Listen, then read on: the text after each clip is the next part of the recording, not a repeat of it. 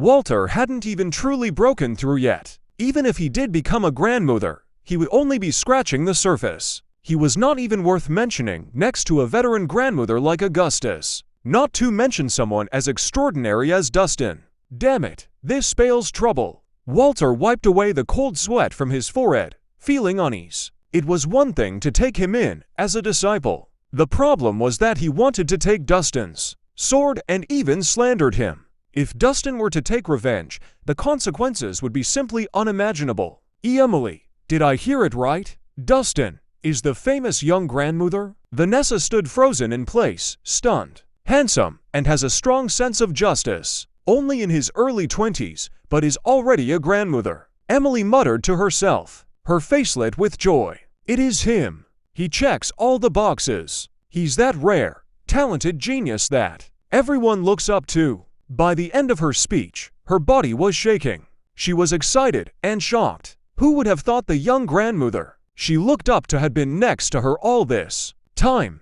She should have known earlier. Dustin's temperament, strength, and cultivation had far surpassed. He had defeated Magnus with a punch and lifted the black sword with 2 fingers. These had shown his extraordinary abilities. Now that his true power had been revealed, it was even more shocking.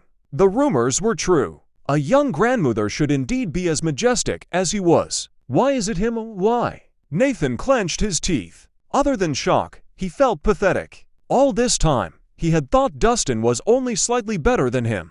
He could crush him completely if he trained harder and achieved a breakthrough. Only now did he realize how vast the gap in their skills was. He was a little divine-level martial artist, yet Dustin was already challenging veteran grandmasters. It was a huge joke to say he could catch up to him in 10 years. You little prick, I didn't expect you to have another identity. I've underestimated you.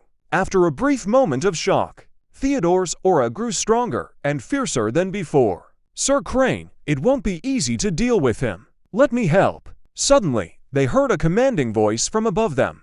Following the voice, a black-clad figure descended from the sky. Just like a feather, he landed on the ground gracefully.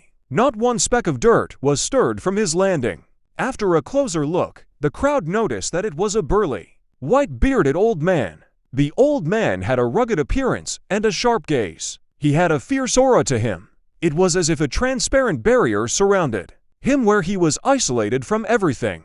Damn, isn't that the leader of the Soul Reapers, Graham Thorne? Why is he here? The scene erupted into a frenzy after the white-bearded old man's appearance. The Soul Reapers were the strongest sect in Balerno. They were almost as famous as Boulderthorn.